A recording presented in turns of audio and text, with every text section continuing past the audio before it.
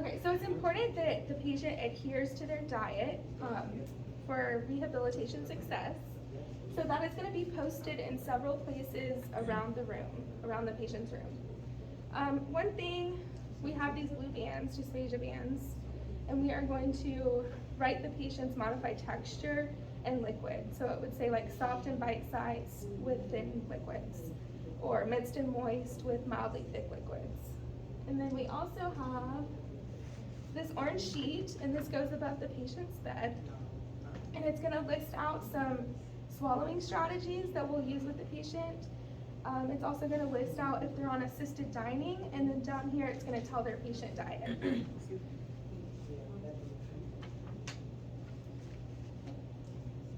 And then we have something called assisted dining here at Encompass.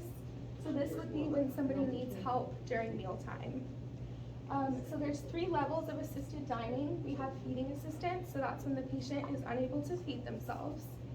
And you would be able to find this throughout your patients for the day, so you would go through and see which ones have dining assistance, and then work it out with yourself, the nurse, or the nurse tech, and then see who's going to feed them for breakfast, lunch, and dinner. And then we have something called setup assistance. So that would be like if the patient is having trouble opening packets or their juice containers, and the dietary staff who brings the tray in is going to be responsible for that. And then lastly, we have something called supervision. So this is just the patient needs to be monitored throughout their mealtime. And if a patient is on assisted dining, again, it's going to be listed on this orange sheet, on the communication board in the patient room.